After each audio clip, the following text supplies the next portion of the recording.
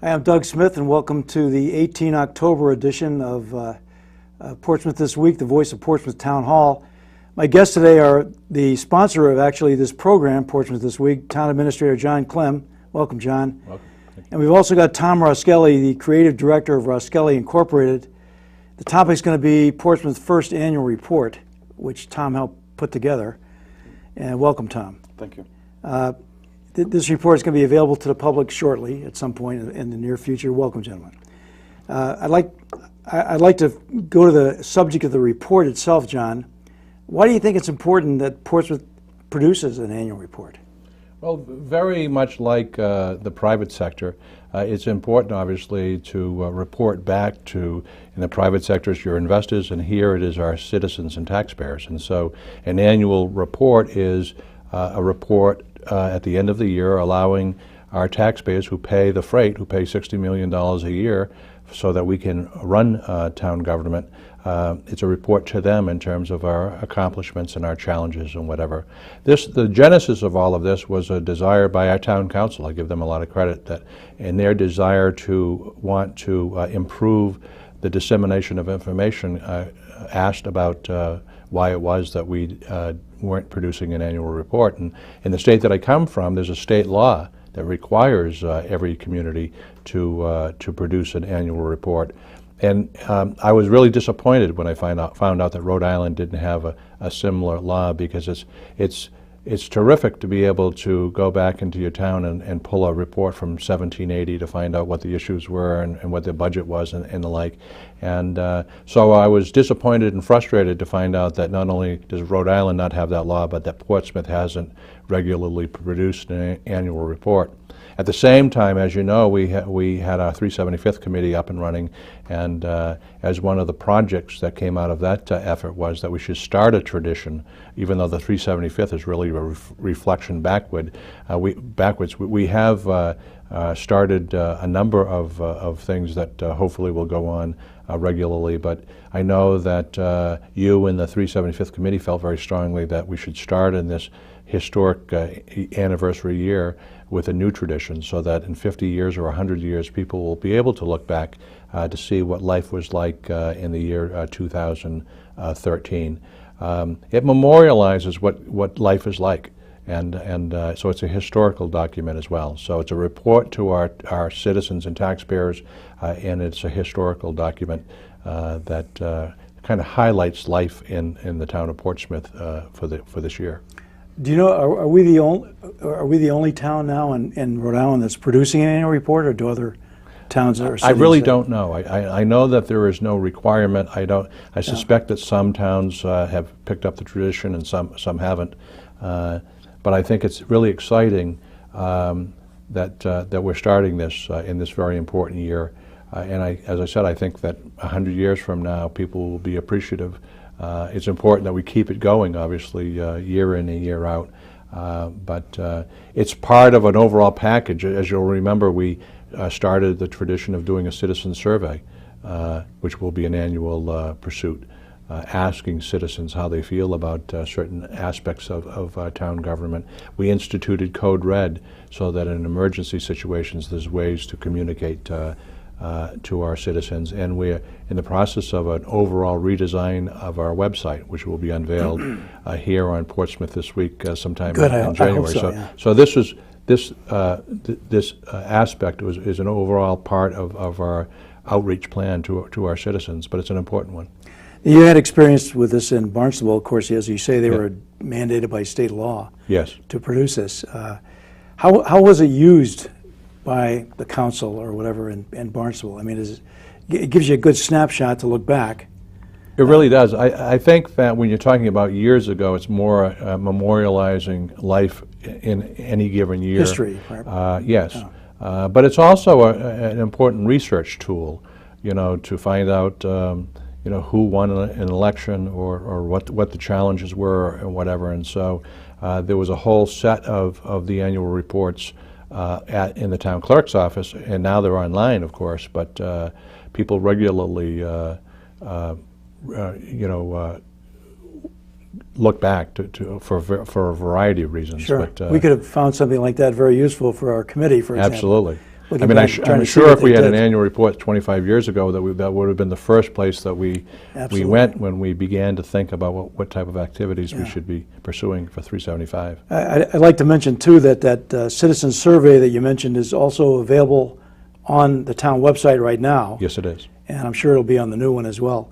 And eventually, this annual report will be on the website, too. There'll be a link to it, I would It think. will be. It's costly to produce, and we're going to make it available online so that any citizen at any time can access it. So that will be the primary access point, our town website. Yeah.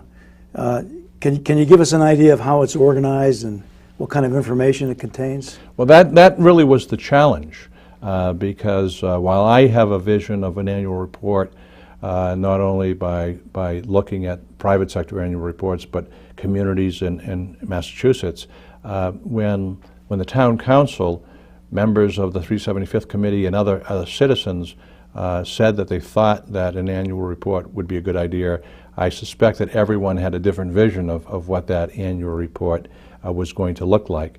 And so I fell back on what it is that I'm familiar with, but I also wanted to produce something that is unique to Portsmouth. And I can't think of anyone in town that I would have consulted sooner than Tom Roskelly.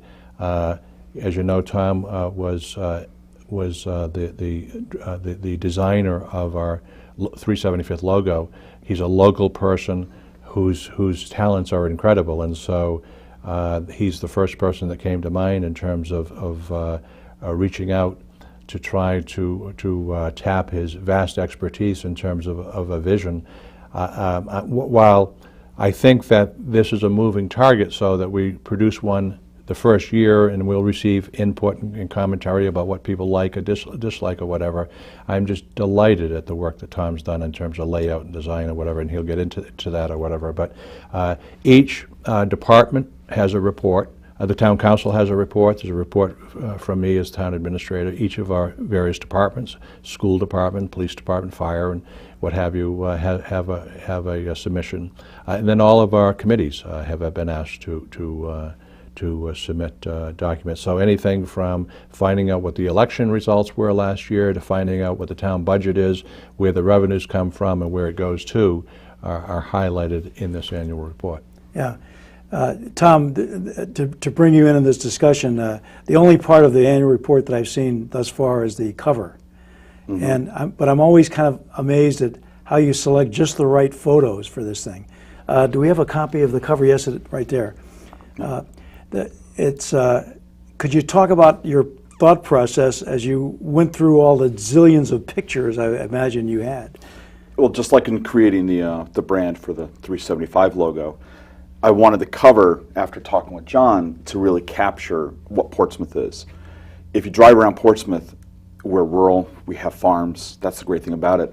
I was driving down Middle Road the other day behind a tractor, and I said to my kids, because they're going, oh, look how slow this tractor is. Yeah. I said, no, rejoice in that, because we're still in an area that has tractors. Yet, on the cover, what I wanted to do is capture that, the scenery, the beauty of just driving down our roads, what you get.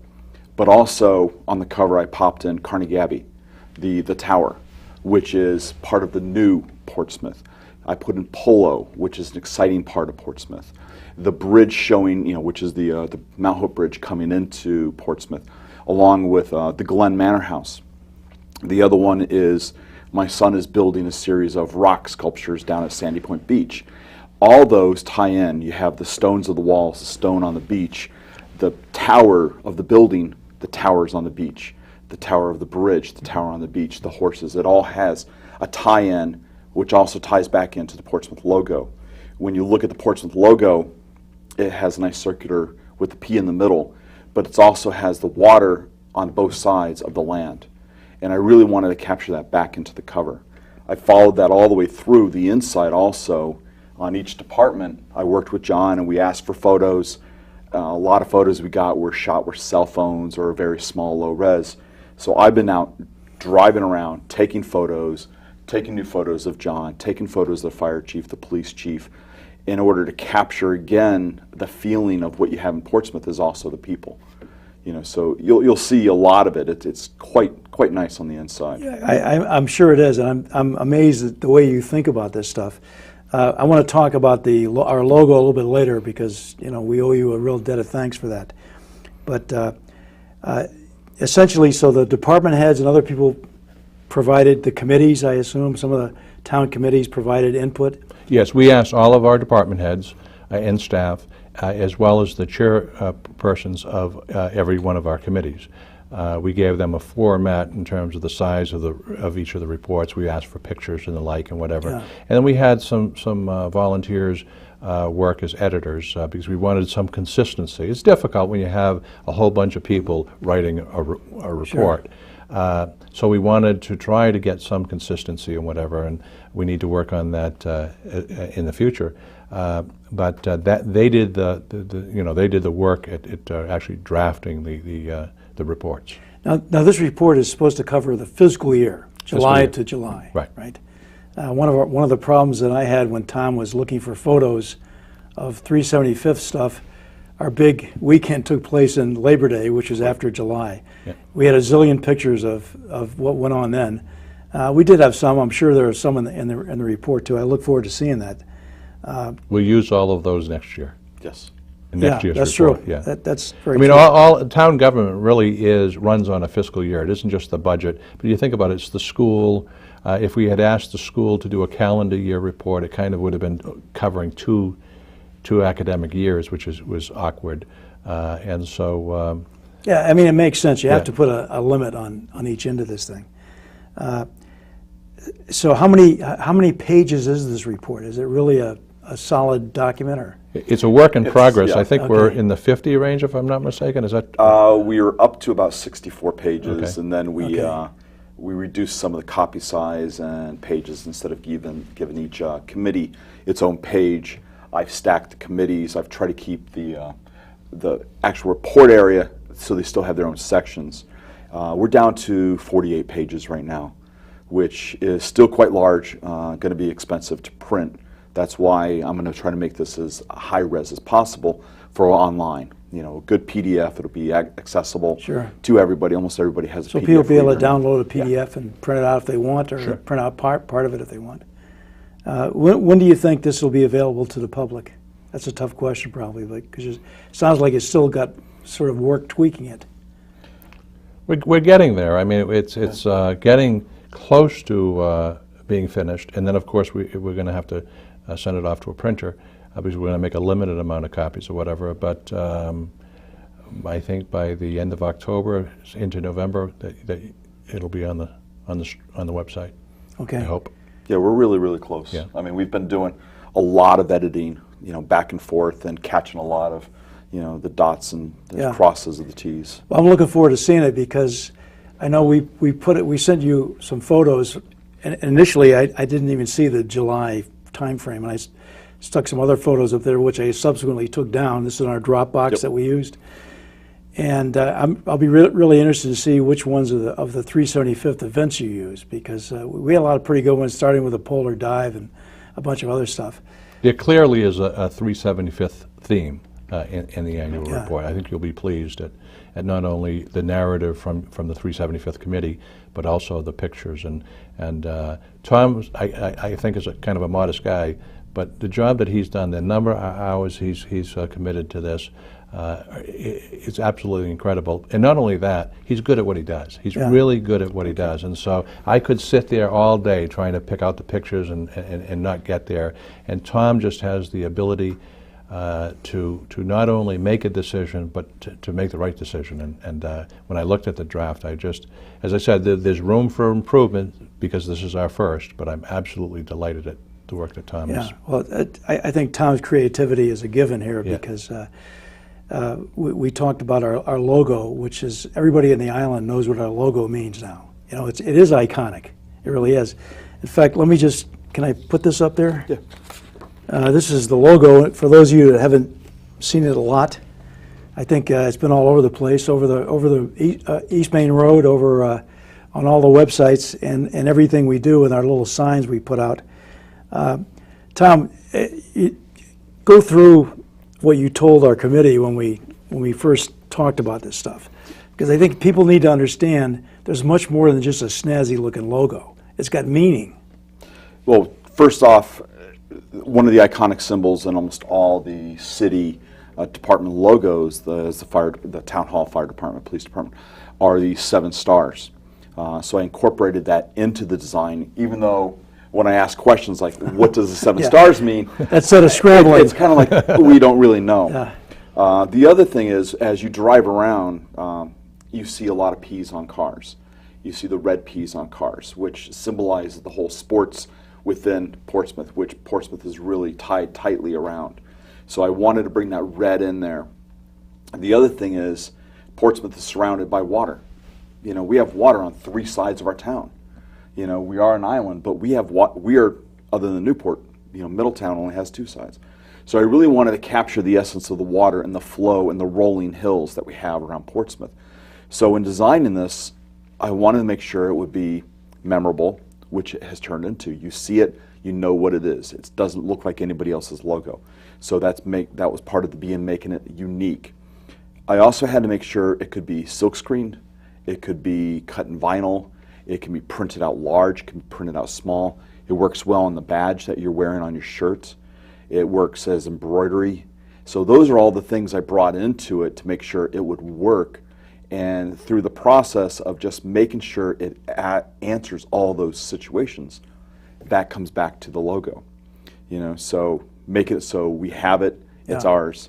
And it's been respected by also the industry also. Absolutely. Well, it won an award from the American Graphic Design and Advertising for exceptional logos. And again, I can't thank you enough.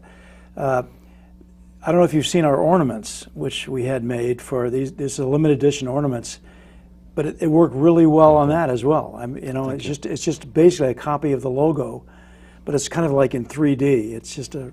Well, so we had to sandblast it into the granite stone.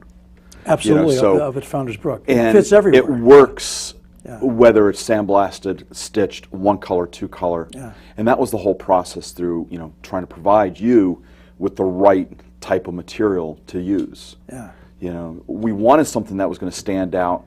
And again, in another 100 years, or actually another, you know, 50 years or whatever. Actually, 25 years. When they come back to look at it, it has reason. It's not designed for design's sakes. It has to work everywhere, and that was the whole. See, those are, and the amazing thing is, John, and our audience, when Tom brought this forward to the committee, to begin with, he's a professional, which was really nice that he was offering his services to us. And then, I mean, we initially were thinking of something like they did in, say, other places like Barnstable, where they have a contest. We really didn't think too much of a logo. We were thinking maybe a circle with a P in it or some other kind of silly thing. This thing was so great, and it grows on you. I mean, you know, it really does. Those T-shirts, even with a big logo on it, look so tremendous. And we couldn't afford to get bogged down and spend months and months debating the logo. The amazing thing was how we just bang, that's it. That's we right. went forward with it, and I think that's kind of what you have to do. Tom, could you show the award? If you want to put that right up on there, yeah.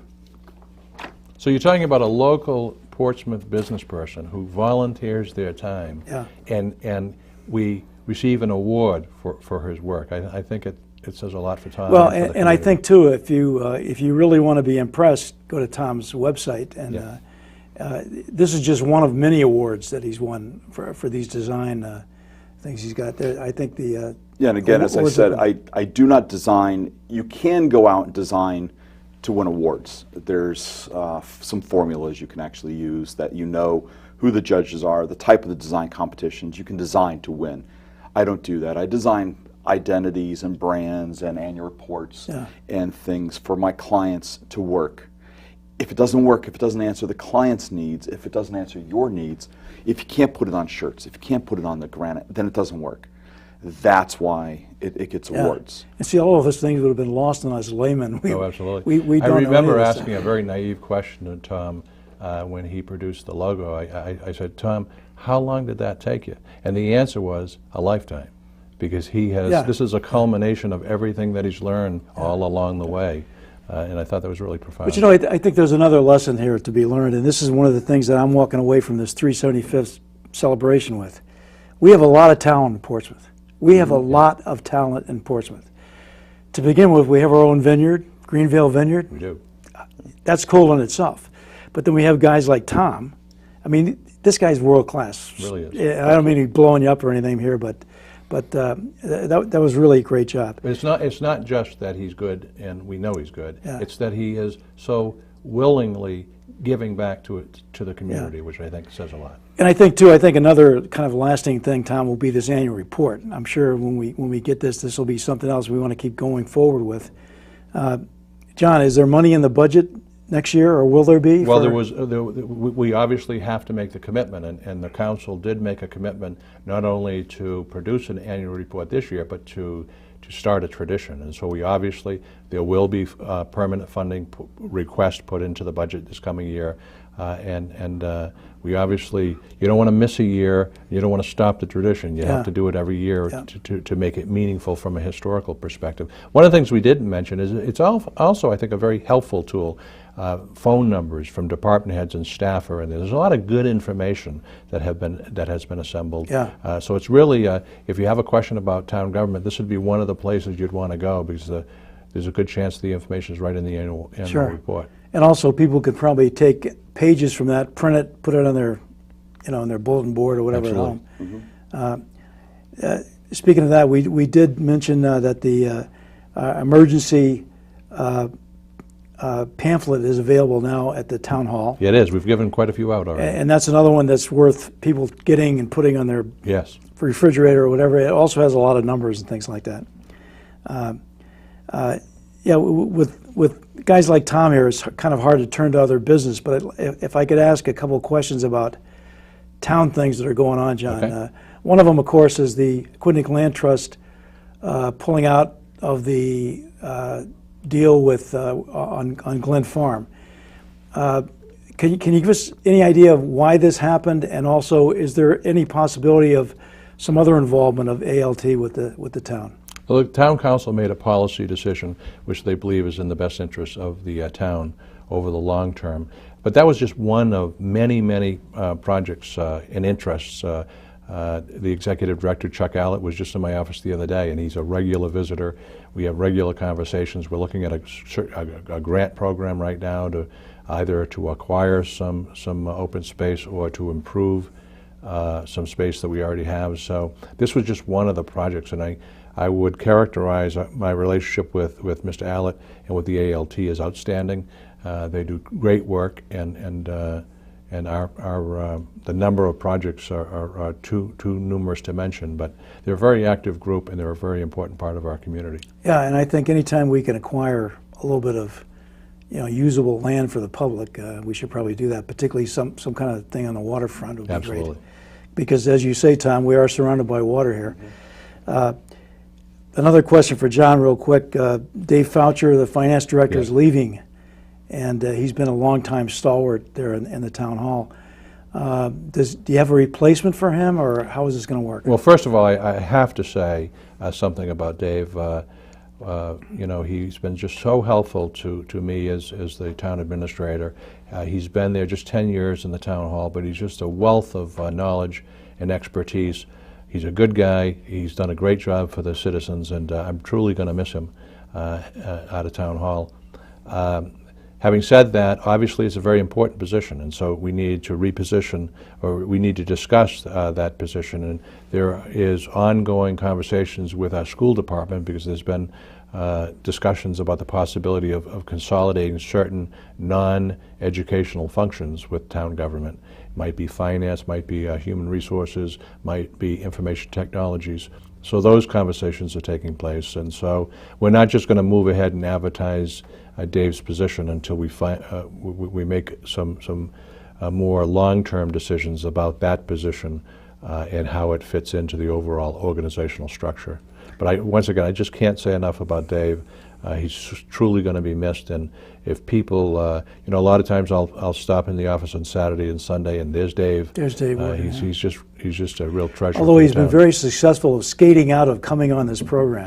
That was one of his great, his lifelong successes, I think. He's not one that likes to toot his own horn, and I suspect that we will not be seeing him before he retires on this program. Well, and I asked him to come on after he retires, just to give us a, you know, what was it like, and where do you think we're going. Dave Foucher, a good guy, and he'll be missed for sure. Let me ask you another quick question just about the budget process. I know Molly McGee was saying that we need to streamline or somehow bring up to date our budget process. Has that really changed going forward, or?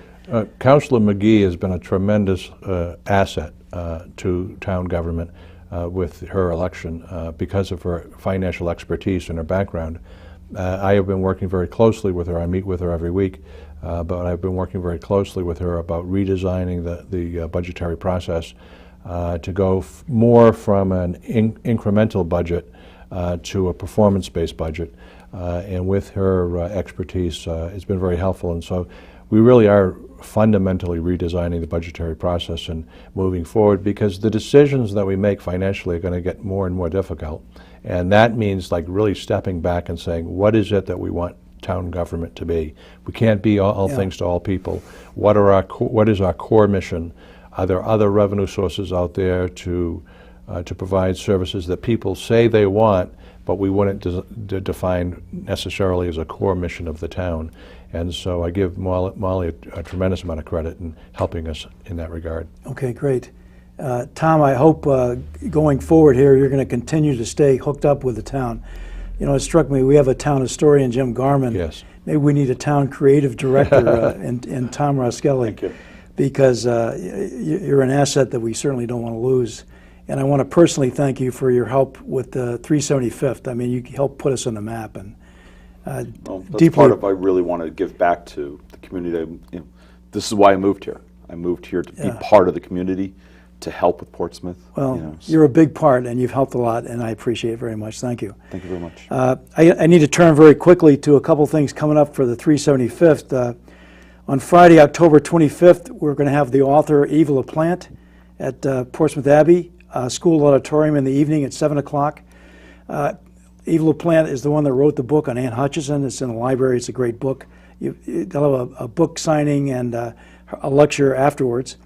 On Monday, the 11th of November, at the Town Hall, they'll have a Veterans Day ceremony, and I encourage everyone to come out for this to show some appreciation for our vets being put on by both the American Legion and the VFW.